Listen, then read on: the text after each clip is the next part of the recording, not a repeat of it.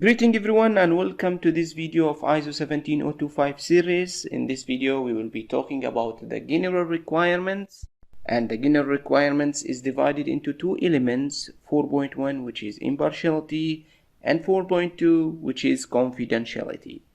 For the impartiality, and if you have watched the previous videos, you will see that we use different terms to describe the impartiality, such as freedom from bias, freedom from conflict of interest, and so on. Also, we have said when you ever see the word shall that indicate requirements, and that's what we are going to see soon. Now for impartiality, and remember, as we said, shall mean required. Number 1, lab activities shall be undertaken impartially. Number 2, lab management shall be committed to impartiality. Number 3, lab shall be responsible for the impartiality of its activities. Number 4, lab shall identify risks to impartiality of its activities.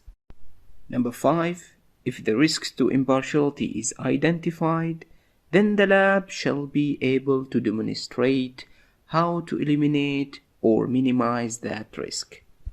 Now the question is how to demonstrate impartiality in the laboratory operation. To achieve that, first you have to have a written policy of impartiality.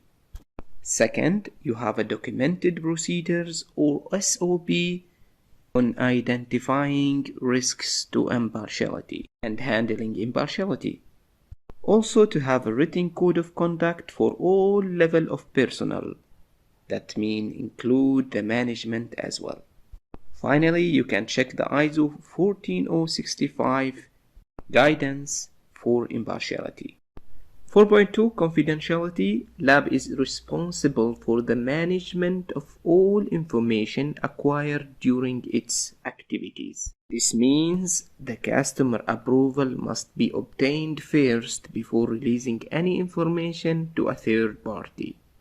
Number 2, the customer shall be informed whenever there is a confidential information are to be released by the law.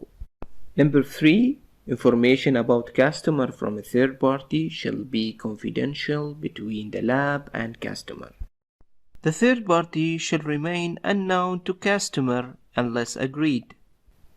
Number 4, lab people shall keep a confidential information obtained during lab analysis that they are involved in.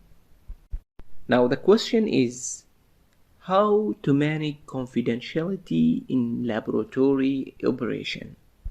First, you have to have a written policy of confidentiality in laboratory operation. Second, have a confidentiality agreement with all your employees. You have to restrict access to confidential documents. Provide a training on confidentiality procedures and handling of data and records. Now we reach to the end of part 4 about a general requirement.